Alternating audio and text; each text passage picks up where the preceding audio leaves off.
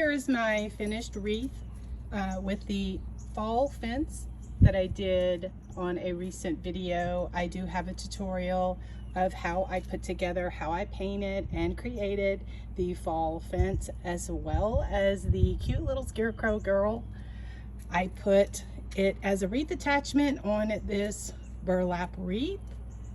I use my favorite method of putting cruffles on. I do have a video of how I make my cruffles, how I put them on, and I just use some gingham ribbon as well as some plaid ribbon, some navy blue ribbon, as well as some gold ribbon.